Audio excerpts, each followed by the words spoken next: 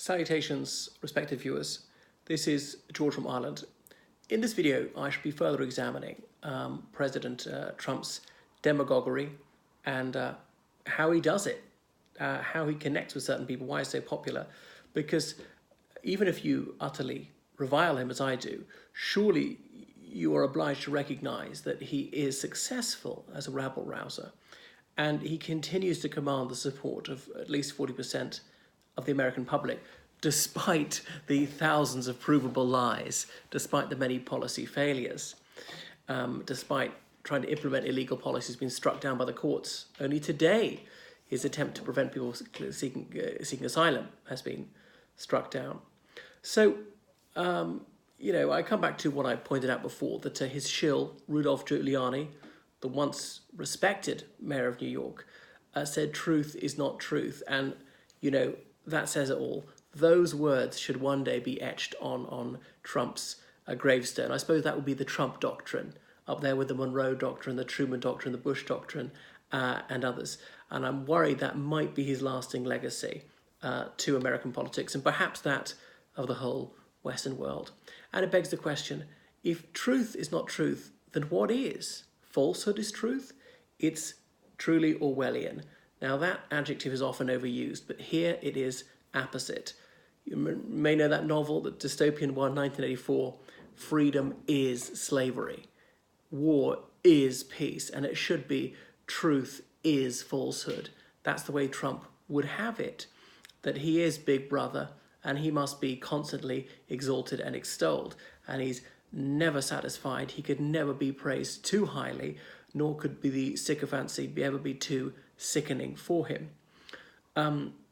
So up is down. It's this inversion of the truth that Trump wants. He's led this all-out assault on the very notion of truth, and that's a real political malaise. And there's the old adage that the lie is halfway around the world before the truth's got its pants on. Is very difficult to shoot down and debunk all these falsehoods that he's spreading. So we live in a topsy-turvy world these days. That's possibly why Trump, as a demagogue, is so eager to satanize the media, which could have a chilling effect on the media because journalists are intimidated by these hostile, baying mobs egged on by Trump and his hacks, and may result in self-censorship. And the free media is the lifeblood of the democracy. The media are the eyes and ears of the people. How do we know what's going on in the world? Only through the mass media. We can't be everywhere. So he likes to see the media clubbed and sensible abroad and gone quiet on Jamal Khashoggi. I'm sure he'll forgive the Saudi Arabian government to say it didn't matter at all. Khashoggi wasn't an American citizen. But what if he had been? I think that would have made very little difference to Trump's reaction. And that would be the next step. Mark my words. It wouldn't be surprised me if it were to happen to American journalists now at the hands of a government with whom Trump is very friendly. So Trump is very intolerant of the least bit of scrutiny or any critical analysis. He insists on slavish adoration. He wishes to bludgeon the media into being pliant, which is, of course, why he praises Fox News to the moon. Conformity and obeisance, that's what he likes, just uncritical reportage of Trump and a chance to wax lyrical about his myriad achievements. And that's why Fox News are regularly treated to disquisitions from Trump. He wants to see his opponents cowering in fear. Look at the sort of leaders around the world whom he praises liberally. So Trump is a sadist and perhaps driven by a deep sense of inadequacy. But all this counts as toughness, being so thin-skinned, so overreacting to reasoned criticism, being hypersensitive, being touchy, being such a crybaby, and whining over what any journalist has got to expect. As Enoch Poll said, a politician who complains about the press is like a sailor who complains about the sea. Don't go there if you can't take its vagaries. So he is very alluring to narrow-minded people who think that America must be white and Christian, who won't accept that white Christians are only perhaps 55% of America, a plurality, if you're going to fall into both categories, white and Christian. So these are the sort of people, the blue-collar workers, and obviously not all blue-collars think this way, the white nationalists and so forth, who consider the elite to be effete, who overlook the inconvenient fact that Trump is the elite of the elite.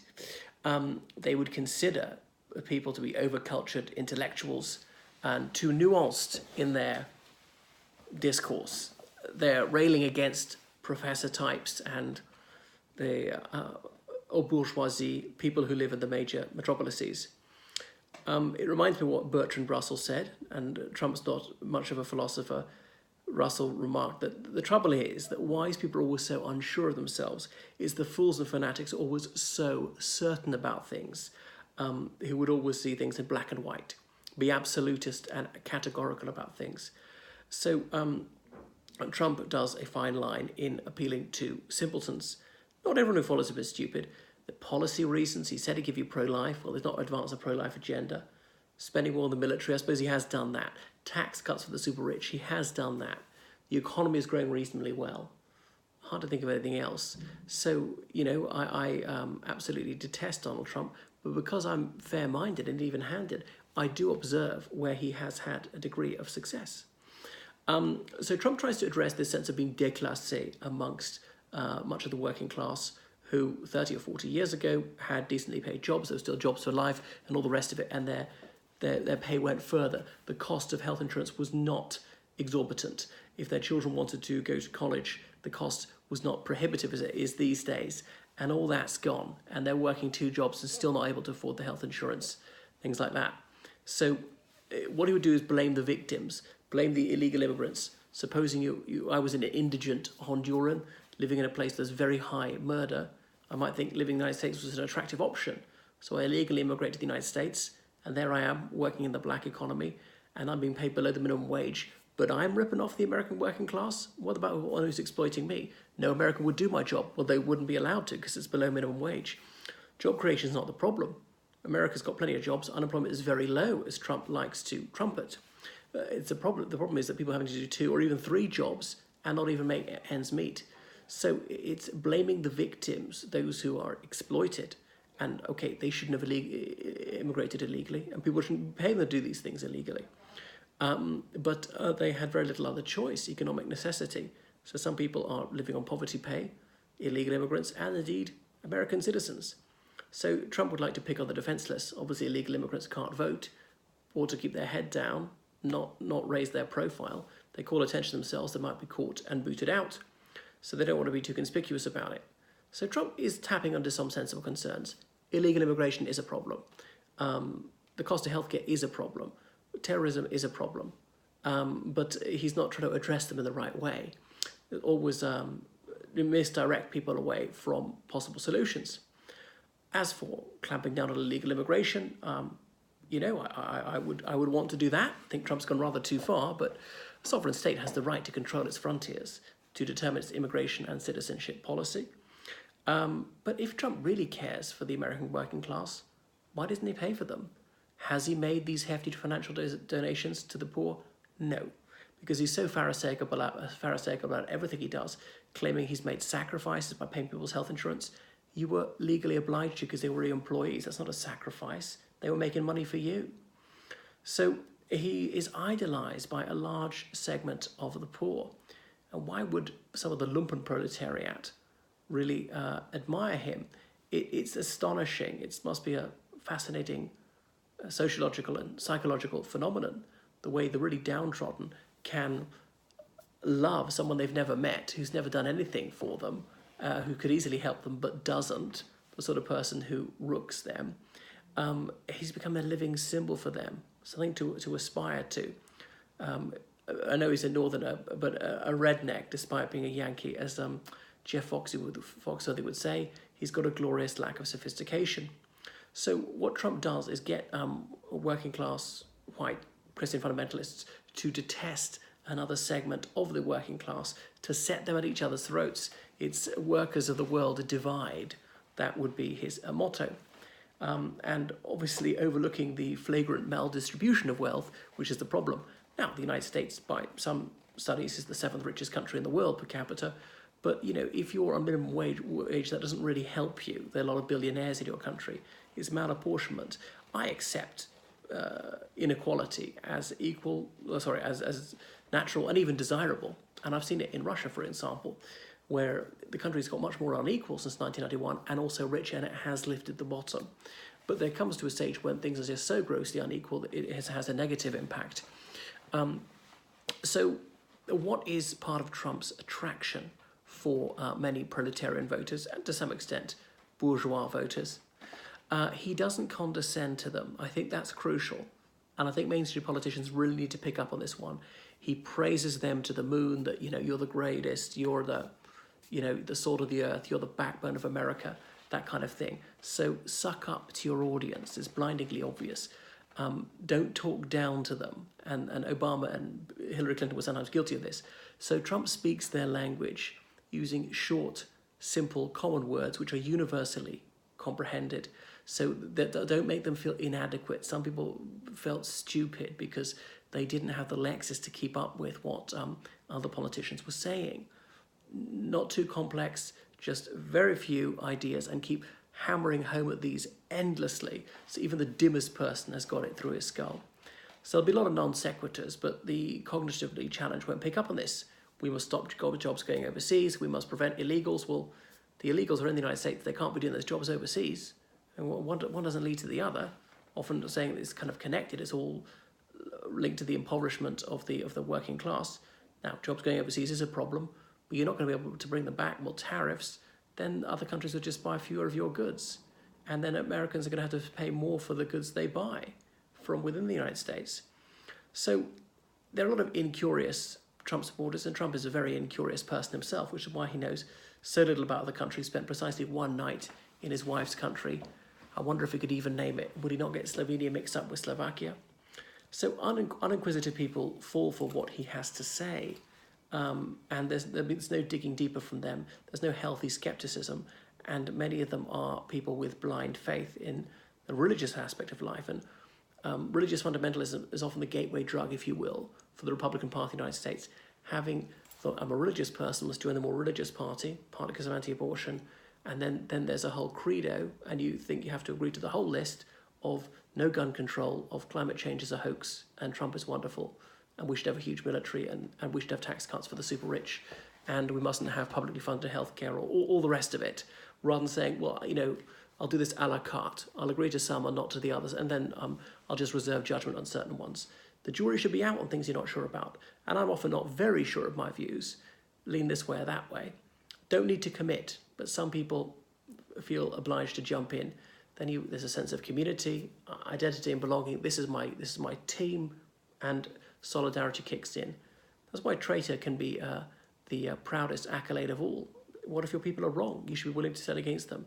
Favour the truth, not just sheepishly following a certain group. Anyway, so people at Trump rallies would seem to have no detachment, and political rallies, when there's fever pitch, it's very difficult to maintain control of oneself. And I've felt this, not so much in political situations, but other situations, feeling as running high and overstate my beliefs, feel insulted, feel impelled to hit back, and so just retaliating insults with the other side. So Trumpsters have made an emotional commitment, and that's why it's very difficult to bring oneself to recognise that one has been conned by an absolute huckster. An inquiring mind would demand more info of Trump, like how exactly is this going to work? Explain how many jobs will come back and when and precisely in which sectors. And why should we pay more for our products? Is these tariffs, things like that. And those illegal immigrants, they actually contribute to the US economy. I know they're taking jobs that Americans could otherwise do, but they usually wouldn't because the pay is below the legal limit. And they're, they're not paying tax usually except when they purchase things, but they're not able to access schooling or Medicare or other services. So Trump is self-referential. He'll always bring it back to himself. And then he has been his own brand for decades. That's why that election in 2016 was a win-win situation. Even if he lost, it was more publicity than he could have dreamt of for free. It was an ego trip for him, and he just wanted to binge on this adulation that he was soaking up from his many blind supporters. And it was an opportunity to self-praise in the public forum. And I think addressing these raving crowds of maniacs is something that appeals to him very greatly. Probably the aspect of the presidency that he finds most rewarding. So self-congratulation is considered nauseating where I come from, but no, not in the United States. So people have got to believe in themselves. It's that kind of optimism. So the fealty he gets from these blinkered people who are his cheerleaders must be very gratifying for him. So there's some very closed-minded people who think that Trump is wonderful, that all his lies are not lies, and it just feeds Trump's egomania. And then he'll tell them what they want to hear. Trump is kind of monomaniacal about the military. He wanted these huge parades, often talking about it, saying he has it adored by the veterans. The United States is already the best armed country in the world by a very long way, and they just start spending more on it, not on what actually needs to be addressed. What a difference in the United States. John Major, 25 years ago, saying there are no votes in defence.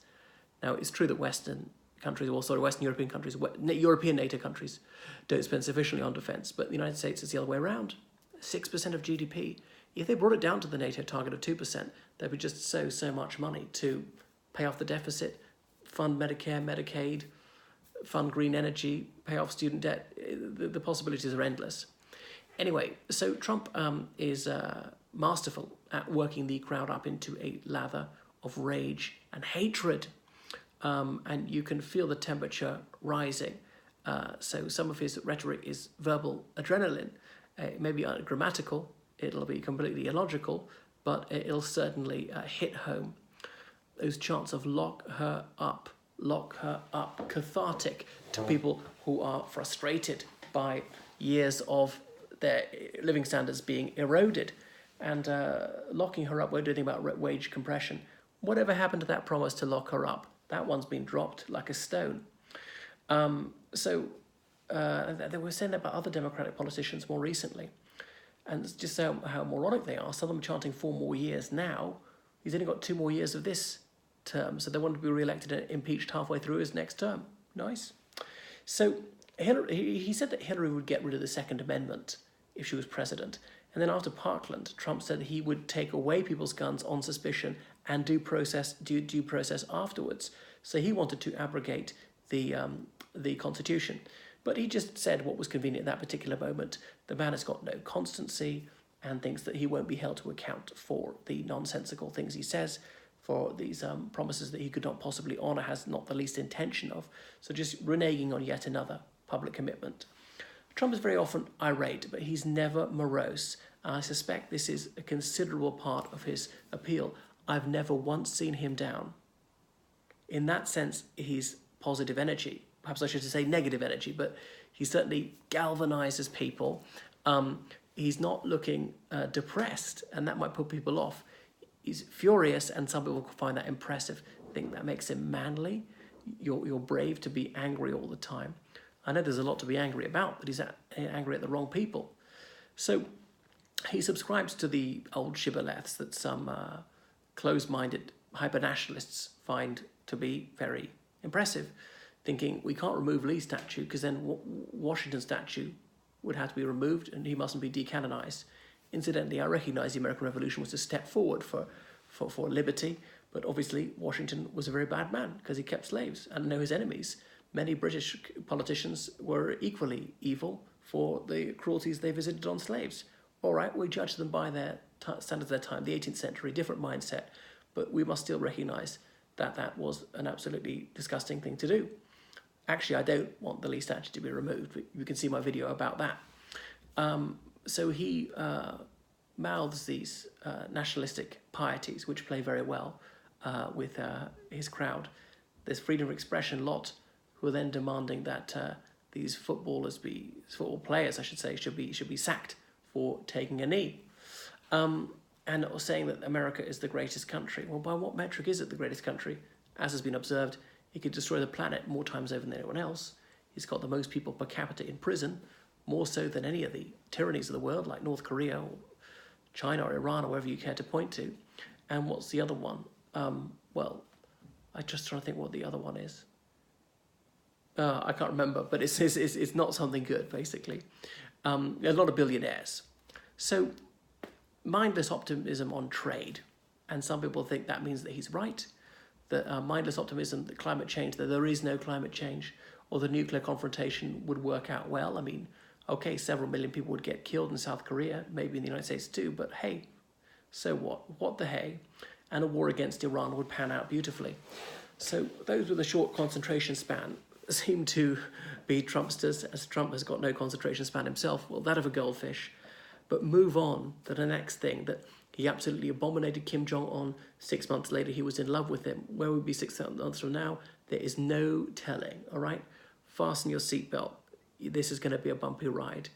So it would be a fool's errand to say who Trump's going to fall out with and soon who he's going to have a bromance with.